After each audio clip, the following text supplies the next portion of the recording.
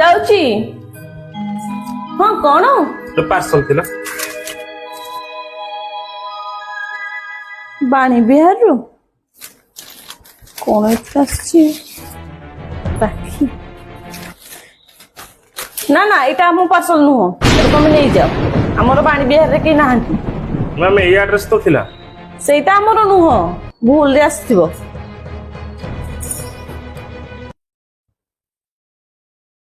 ଆରେ କୁଆଡେ ଗଲ? ଆରେ କଣ ହେଲା ଚିଲଉଛ କଣ ପାଇଁ? କୋର୍ଟ ନୋଟିସ ଆସିଛି, ମାନି ପଠେଇଛି କୋର୍ଟ ନୋଟିସ। ହେଲେ କଣ ପାଇଁ? ମୁଁ ବି ଆଶ୍ଚର୍ଯ୍ୟ, ପ୍ରତ୍ୟେକ ବର୍ଷ ନା ଏଇ ସମୟରେ ସେ ରାକ୍ଷୀ ପଠାଏ ତା ଭାଇ ପାଇଁ, କିନ୍ତୁ ଏଇ ବର୍ଷ କୋର୍ଟ ନୋଟିସ ପଠେଇଛି। ଆଉ ରବିବାର ଦିନ ଓକିଲ ଆସିବ, ସେ ଜାଗା ବାଡି ଯାହା ଭାଗ ତାର ସେ ନେଇକି ଯିବ। ହଠାତ୍ ଏମିତି କେମିତି ହେଲା ମୁଁ ବି ଜାଣିପାରୁନି। ମାନି ରାକ୍ଷୀ ପଠେଇଥିଲେ, ହେଲେ ମୁଁ ଫେରେଇ ଦେଲି। ଆରେ ସେ ତ 3 ବର୍ଷ ହେଲାଣି ଘରକୁ ଆସୁନାହାନ୍ତି, ରାକ୍ଷୀ ପଠେଇବାରେ ମାନେ କଣ କହିଲ?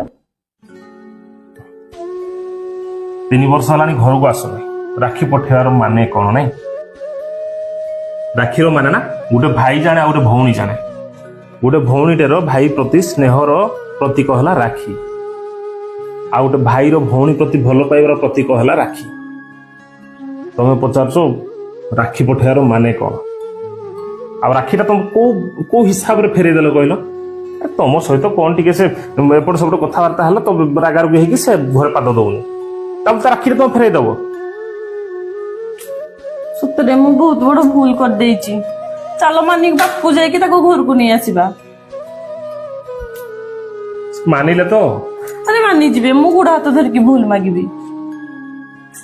ଚାଲ ଚାଲ, ଏଇଟା ଧରିକି ଚାଲ, କାରରେ ବସ, ମୁଁ ଯାଉଛି। ଠିକ ଅଛି।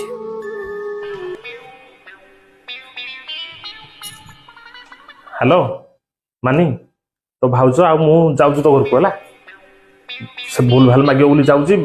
ଆଉ ଏ କୋର୍ଟ ପେପର ଉପରେ ମୁଁ ସବୁ କରିଛି ବୋଲି କହିବୁ ନା, ନହେଲେ ପ୍ଲାନ୍ଟା ପୁରା ଫସର ଫାଟିଯିବ। ହଁ ହଁ ଆମେ ପହଞ୍ଚୁଛୁ ହେଲା।